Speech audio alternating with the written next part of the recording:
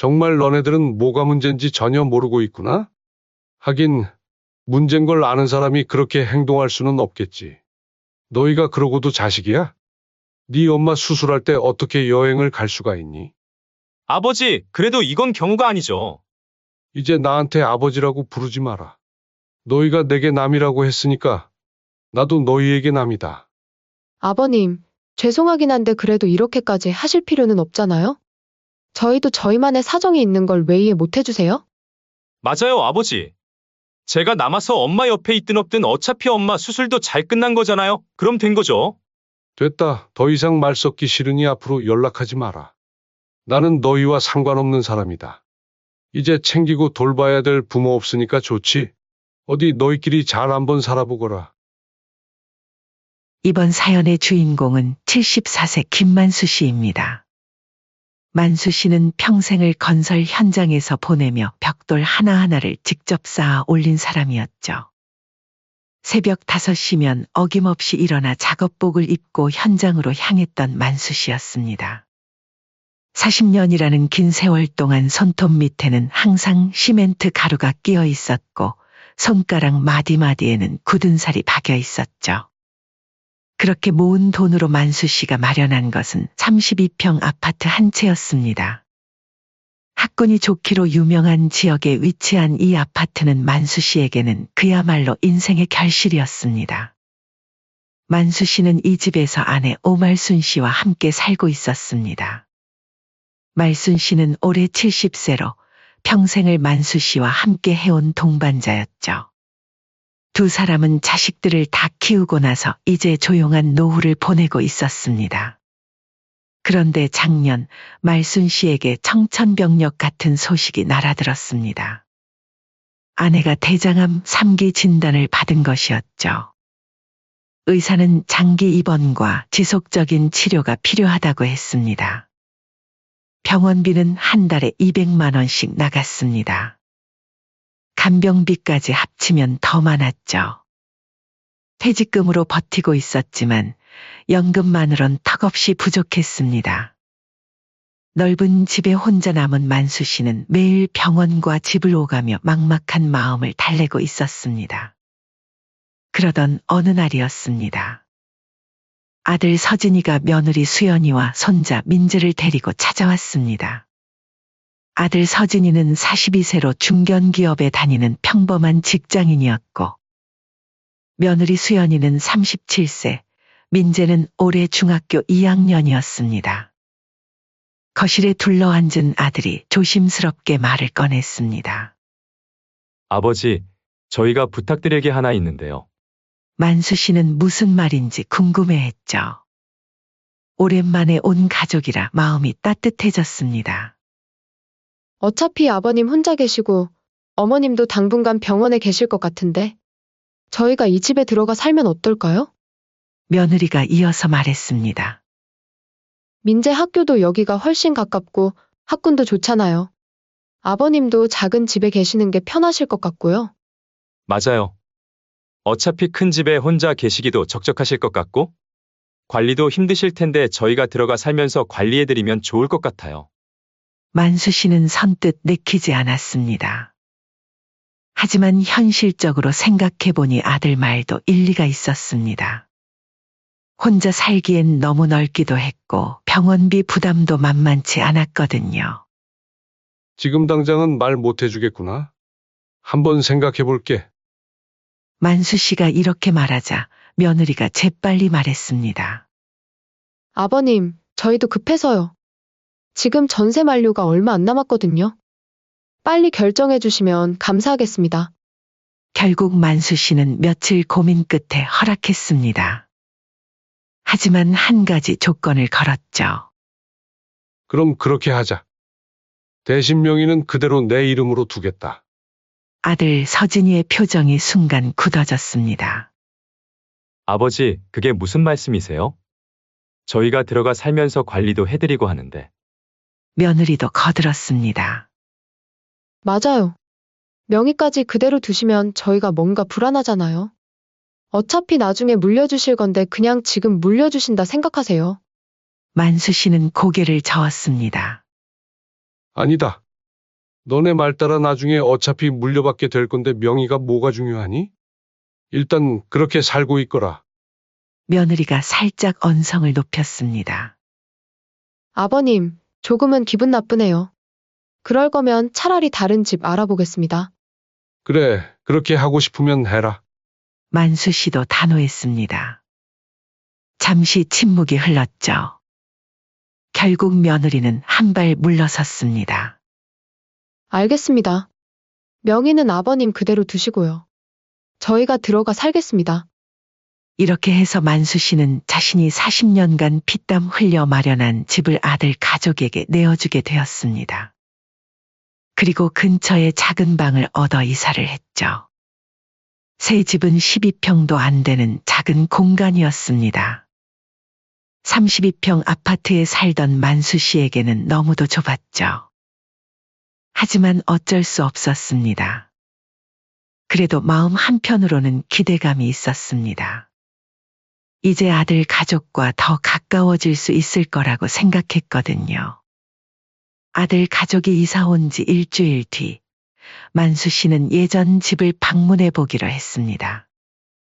잘 적응했나 보고 안부 좀 물어볼 겸해서 한번 가봐야겠어. 만수 씨는 기대에 부풀어 예전 집 현관문을 눌렀습니다. 초인종을 누르자 며느리 수연이가 나왔죠. 아, 아버님 오셨네요. 그런데 뭔가 이상했습니다. 수연이는 현관문을 조금만 열고 인사를 했습니다. 집 안으로 들어오라는 말은 없었죠.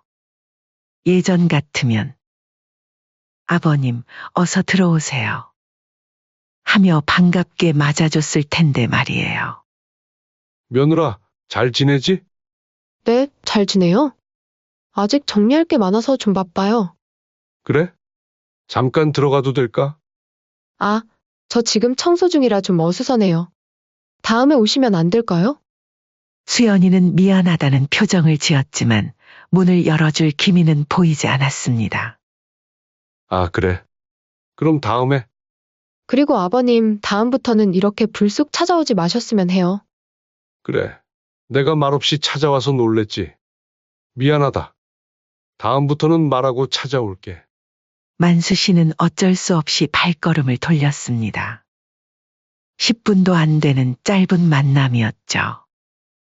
집으로 돌아가는 길에 만수 씨는 조금 이상했습니다. 아마 정말 바빴나 보다. 이사 온 지 얼마 안 돼서 정리할 게 많았을 거야. 만수 씨는 스스로를 납득시켰습니다. 그렇게 한 달 뒤, 만수 씨는 다시 약속하고 아들 부부 집을 찾았습니다. 서진이 있니? 네, 있어요. 잠깐만요. 아버지 오셨어요? 근데 또 웬일로 오신다고 하셨어요? 아니, 저번에 너네 집 갔을 때 들어가지도 못하고 나와서 어떻게 사나 궁금하기도 하고, 또 너 엄마 수술 관련해서 할 말도 좀 있고.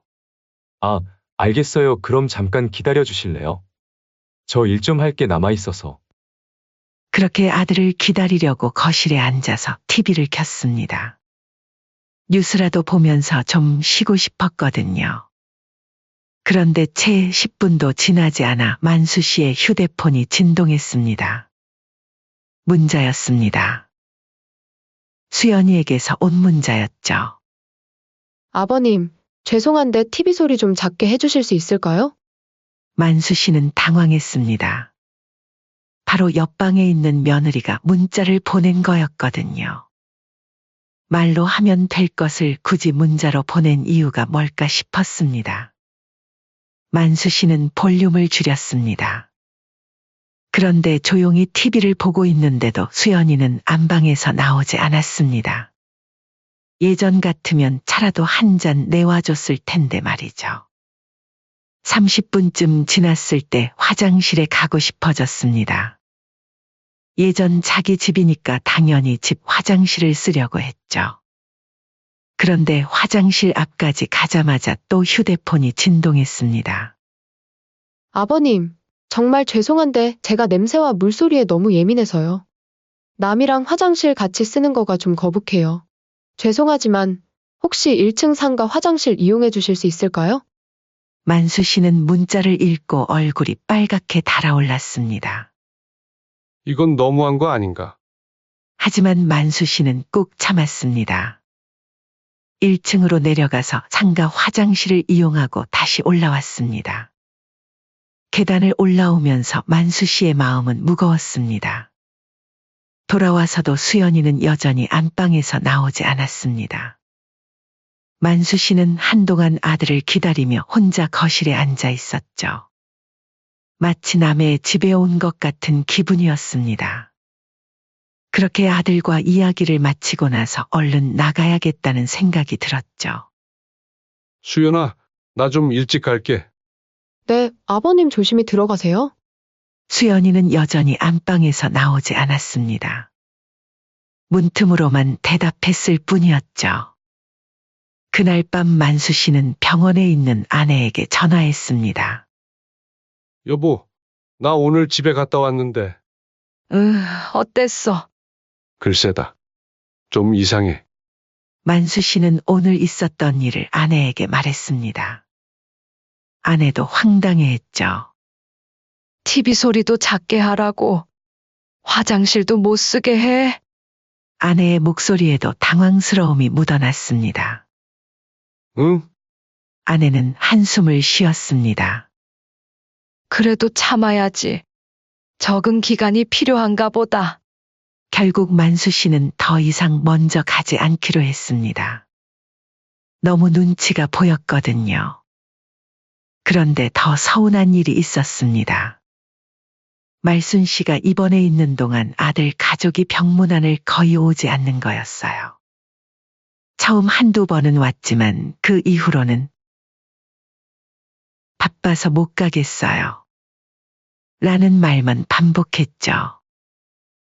특히 더욱더 서운했던 건 아내가 항암 치료로 많이 힘들어할 때였습니다. 어느 날 아내가 만수 씨에게 말했어요. 여보, 서진이 얼굴이 보고 싶어요. 한번 오라고 하면 안 될까요? 만수 씨는 서진이에게 전화했습니다. 서진아, 엄마가 많이 힘들어 하시는데 얼굴이라도 보여드리면 좋겠다. 그런데 서진이의 반응은 의외였습니다. 아버지, 또 그런 소리 하시는 거예요? 요즘 얼마나 바쁜데요. 병원에 가면 뭐가 달라져요? 그래도 자식 얼굴을 보면 기운도 나고 그렇지. 아버지가 계시잖아요. 굳이 제가 가야 해요. 어머니한테는 아버지가 가장 소중한 사람이시잖아요.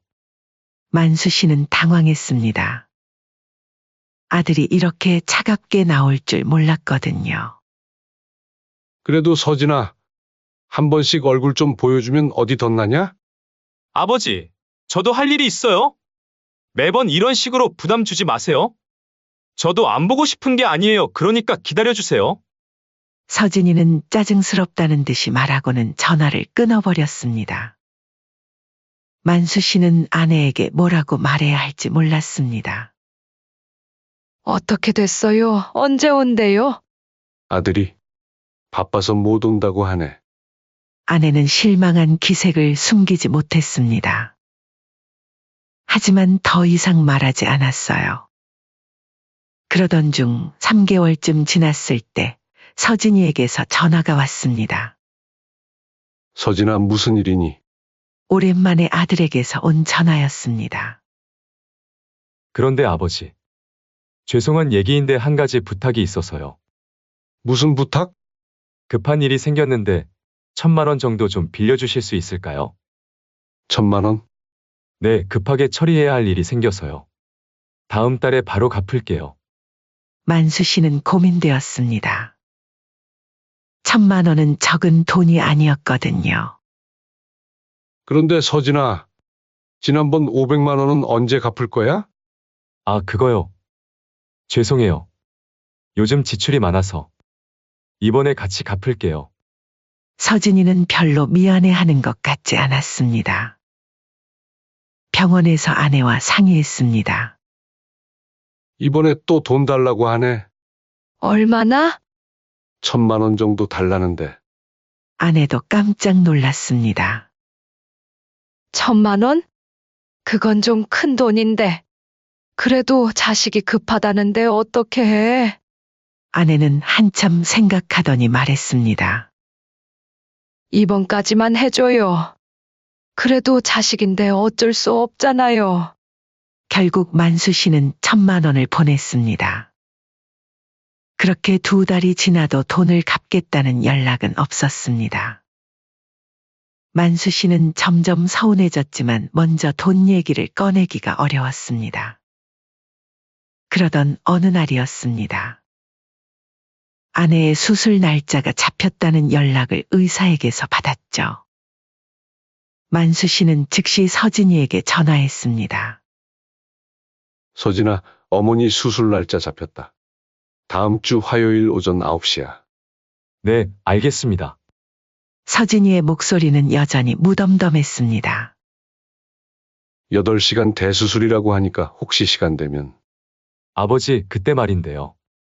서진이가 만수 씨의 말을 끊었습니다.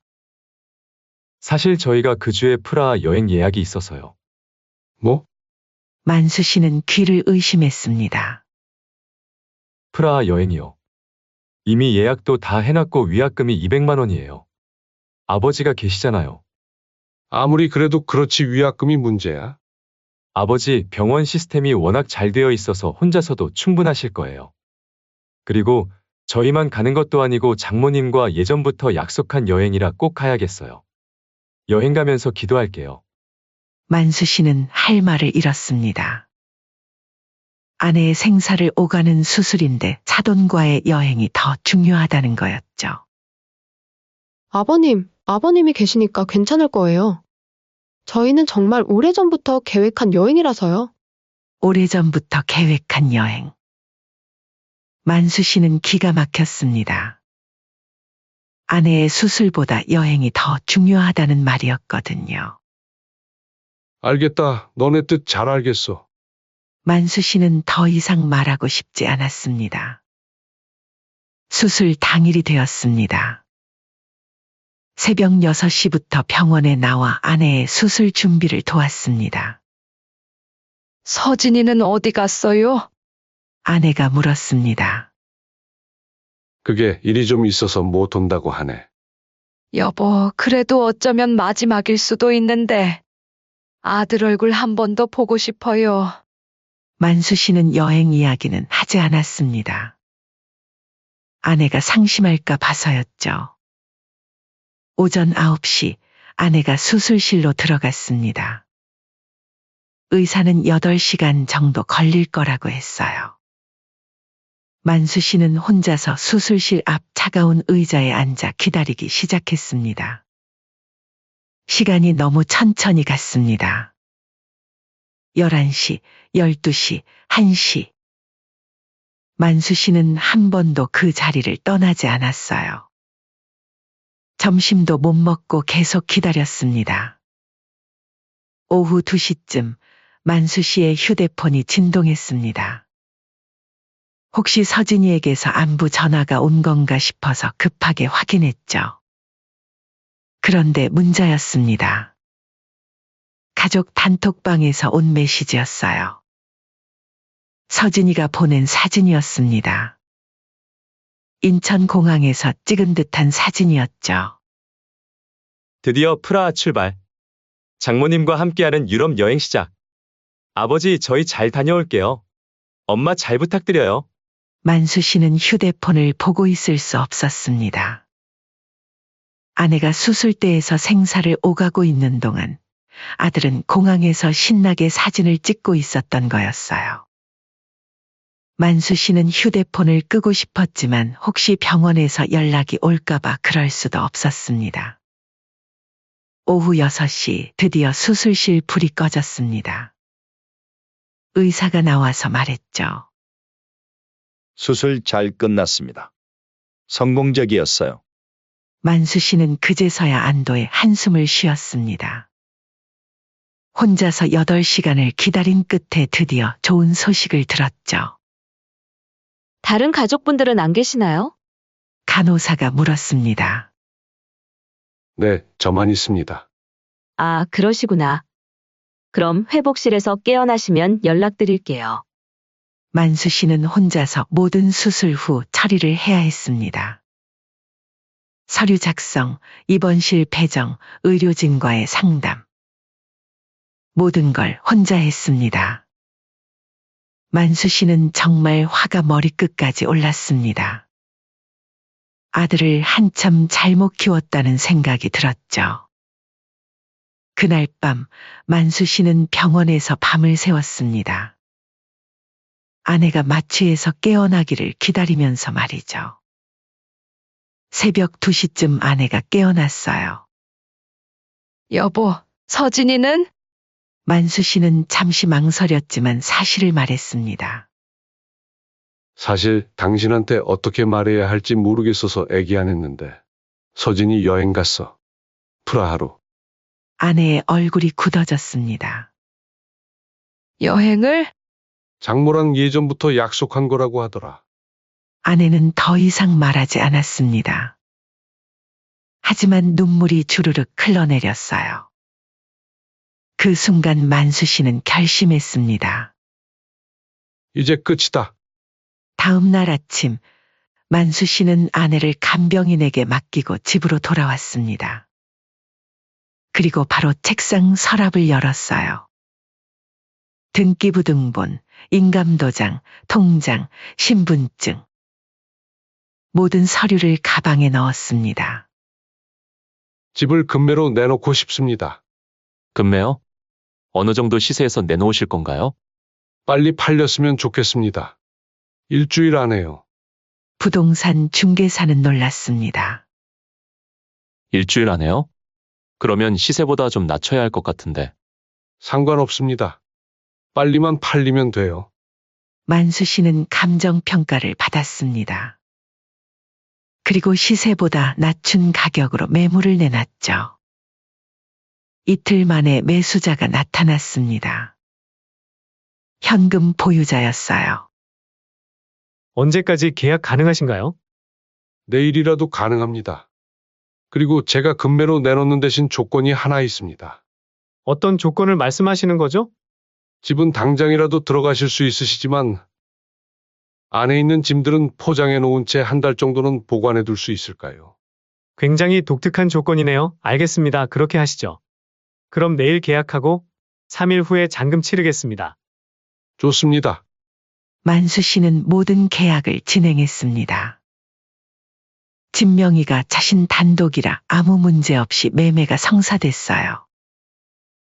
계약서에 도장을 찍으면서 만수 씨는 생각했습니다. 자식들한테 더 이상 미련은 없다. 아내랑만 잘 살면 되지. 잔금 날짜는 서진이 가족이 여행에서 돌아오는 다음 날로 잡았습니다. 완벽한 타이밍이었죠. 그렇게 아들 부부의 5박 6일의 여행이 끝나고 한국에 돌아온 날이었습니다. 만수 씨는 부동산 사무소에서 잔금을 받고 있었어요. 모든 서류가 새 주인에게 넘어갔습니다. 수고하셨습니다. 도어락 비밀번호는 언제 바꿔주실 건가요? 지금 바로 바꿔드릴게요. 만수 씨는 새 주인에게 현관 도어락 비밀번호를 알려주고 함께 새로운 비밀번호로 변경했습니다. 그 시각 서진이 가족은 인천공항에서 집으로 향하고 있었어요. 5박 6일 동안 실컷 놀고 온 기분으로 말이죠. 아버지, 어머니한테 안부 전화라도 드려야겠지? 수연이가 말했습니다. 여행 잘 다녀왔다고 해야지.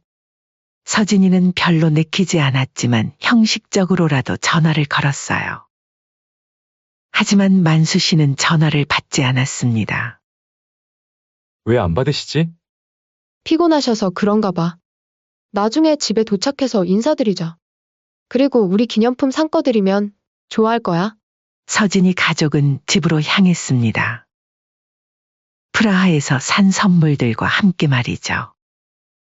집 앞에 도착한 서진이는 현관 비밀번호를 눌렀습니다. 그런데 문이 열리지 않았어요. 비밀번호가 안 맞네? 다시 눌러봤지만 역시 안 열렸습니다. 아버지가 바꾸셨나? 그때 집 현관문이 열렸습니다. 그런데 나온 사람은 아버지가 아니었어요. 완전히 낯선 남자였습니다. 누구세요? 서진이가 당황해서 물었습니다. 저는 이 집을 매입한 사람인데요. 며칠 전에 김만수 씨와 매매 다 끝냈습니다. 안에 있는 짐 저희가 보관하고 있으니 한 달 안에 가져가 주세요. 뭐라고요? 서진이와 수연이는 귀를 의심했습니다. 매매요? 무슨 말씀이세요? 여기는 저희 집인데. 정식으로 계약하고 어제 잔금까지 다 치렀습니다. 여기 계약서 있어요. 새 주인은 계약서를 보여줬습니다. 분명히 김만수의 도장이 찍혀 있었어요. 이게 무슨 일이에요? 저희가 여기 살고 있는데. 서진이는 급하게 만수 씨에게 전화를 걸었습니다. 하지만 꺼져 있었어요. 경찰 불러야겠어요. 수연이가 소리쳤습니다. 30분 후 경찰이 도착했습니다. 어떤 일이신가요? 저희 집이 갑자기 다른 사람 걸로 되어 있다고 해요. 경찰은 계약서를 확인했습니다. 계약서상으로는 법적 문제가 없어 보이는데요. 김만수 씨 단독 명의니까 매매가 가능하셨을 거고요. 그럼 저희는 어떻게 해요? 김만수 씨와 직접 상의하셔야 할 것 같습니다. 아들은 계속 만수 씨에게 전화를 걸었지만 받지 않았습니다. 그때 서진이의 휴대폰에 문자 한 통이 왔죠. 서진아, 집을 팔았다. 내 어머니가 수술대에 누운 날, 넌 프라하 성 앞에서 사진을 찍고 있었다. 나는 8시간 동안 혼자 기다렸고, 너는 장모와 맥주를 마셨다. 너희가 남처럼 굴었으니, 나도 남처럼 행동했으니 너무 억울해하지 말거라. 서진이는 문자를 읽고 얼굴이 새하얘졌습니다. 수연이가 문자를 보더니 말했습니다. 이게 뭐예요? 왜 갑자기 이러시는 거예요? 그때 택시 한 대가 집 앞에 섰습니다. 만수 씨가 내렸어요. 병원에서 아내를 돌보고 온 길이었습니다. 아버지! 아들 서진이가 달려갔습니다. 아버지! 이게 무슨 일이에요? 왜 집을 팔아버리신 거예요? 만수 씨는 차갑게 말했습니다. 내 집 내가 팔겠다는데 왜 너네들이 난리니? 저희가 살고 있는데 왜 말도 안 하고. 정말 너네들은 뭐가 문제인지 전혀 모르고 있구나. 하긴 문제인 걸 아는 사람이 그렇게 행동할 수는 없겠지. 너희가 그러고도 자식이야? 네 엄마 수술할 때 어떻게 여행을 갈 수가 있니? 아들은 할 말이 없었습니다. 아버지, 그래도 이건? 이제 나한테 아버지라고 부르지 마라. 만수 씨의 목소리는 얼음처럼 차가웠습니다.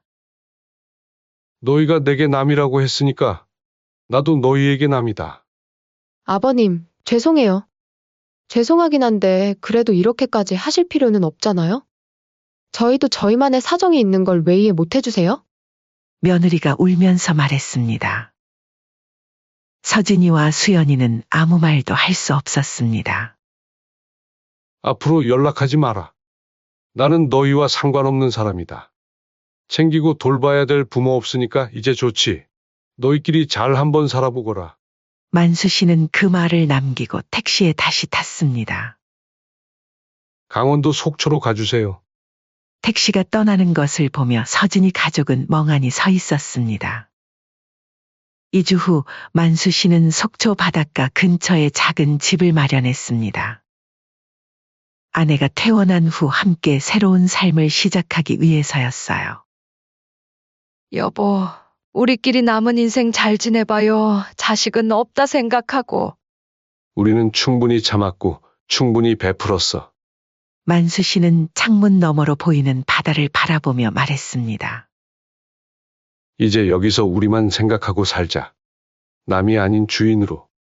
아내도 고개를 끄덕였습니다. 그래요. 우리도 우리 인생을 살 권리가 있어요.